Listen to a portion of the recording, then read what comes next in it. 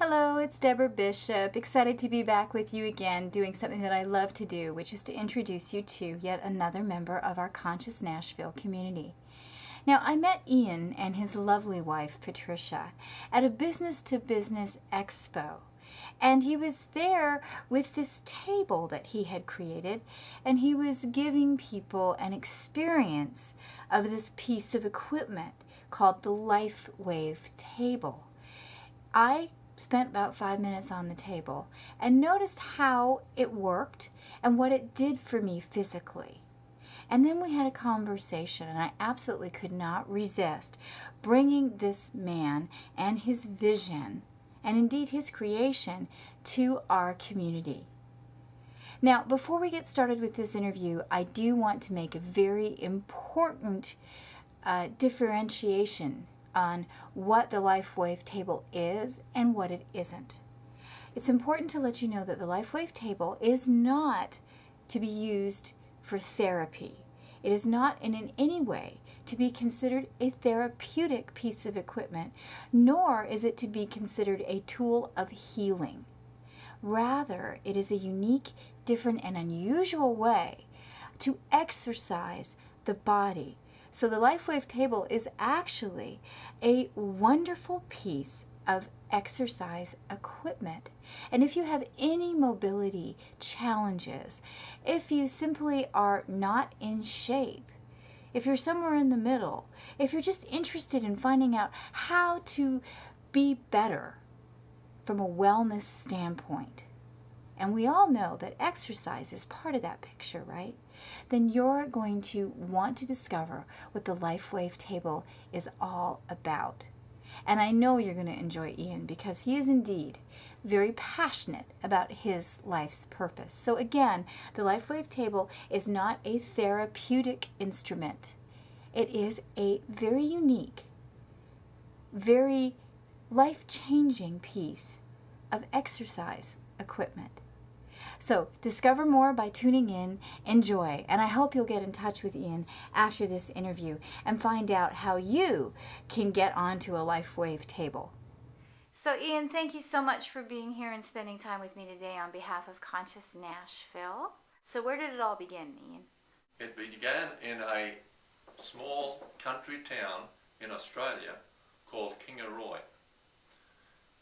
Kingaroy is the peanut capital of Australia. So that's where I was born, and I was born in this little country town there.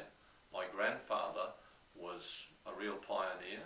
He came to the Kingaroy district back very beginning of 1900, where he actually took up land, virgin forest, scrub land, and felled all that scrub. So I'm very proud of my heritage of pioneers.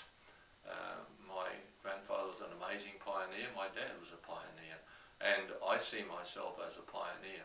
I started researching the natural health field in the mid-60s when I had nerves of the stomach and back pain. So this led me to initially, well, where do you go? You go to the doctor, the medical doctor. So I spent 12 months there and decided that no, I need to look further here. And my dad said, well, you know, we need to take you to a naturopath. So I went to a naturopath and I did what he asked for a period of time, and I just felt, no, we're not getting anywhere. And then Dad said, well, let's try a chiropractor.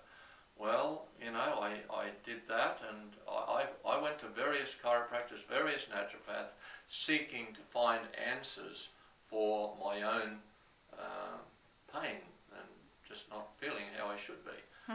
And it was in 1972 that I came across a chiropractor who was a different type of approach.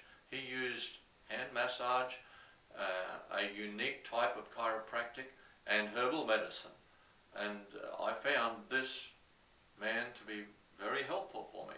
In the state where I lived, which is Queensland, the northeast corner state of Australia, we call Queenslanders banana benders. And that's I just found that this man had an amazing potential to help me, because after a month or so I'm saying, hey, you know, I'm feeling less tense in my stomach, I'm feeling better. And so I went to him for over 12 months, and I said, now tell me, Lance, who is it that you learnt this from?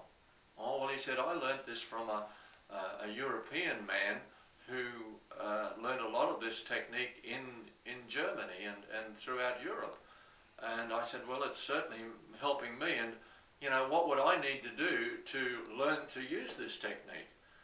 Well, he said, you know, if you can come to Brisbane, which is the capital city, it's about 100 miles from where I was at that stage, and work with me every week, providing you work with me for free, I'm happy to teach you all these things. And of course you will need to study the herbal medicine and do the examinations with the National Herbalist Association.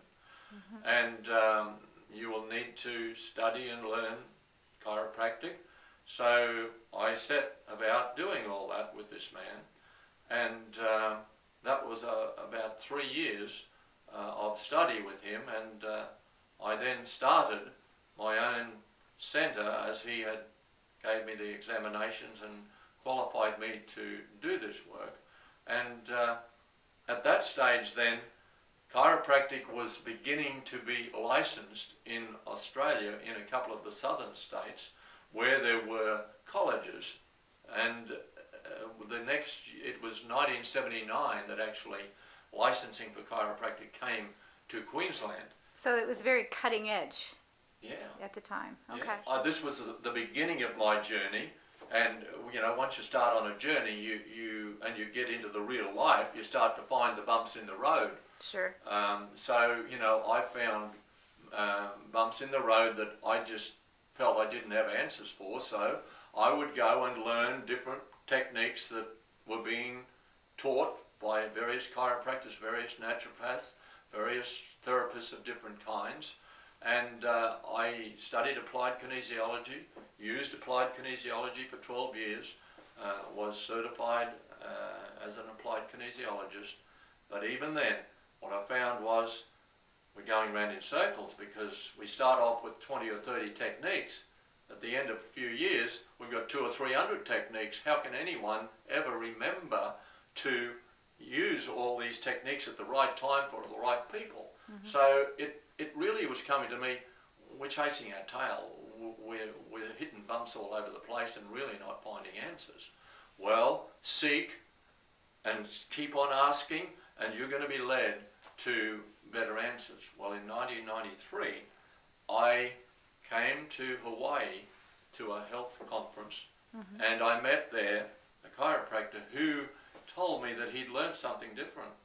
He said, I've learned that stress creates a pattern of tension in people, and that the type of manipulation that we need to do is not a spinal manipulation at all, but it's a manipulation of muscles that needs to release tension and change the stress pattern in people. So I went to Dallas and spent a month learning this technique in Dallas, and then again I'm not happy, because it wasn't taught to the degree of biomechanics and that what I believed was necessary to understand what this was. Mm-hmm. So 2 years went by, and then I, fortunately, through asking questions, traveling around the world, I came across a medical doctor in Guadalajara, Mexico, who had spent 20 years researching this technique that I'd learned in Dallas, and he had it licensed in Mexico as a medical specialty.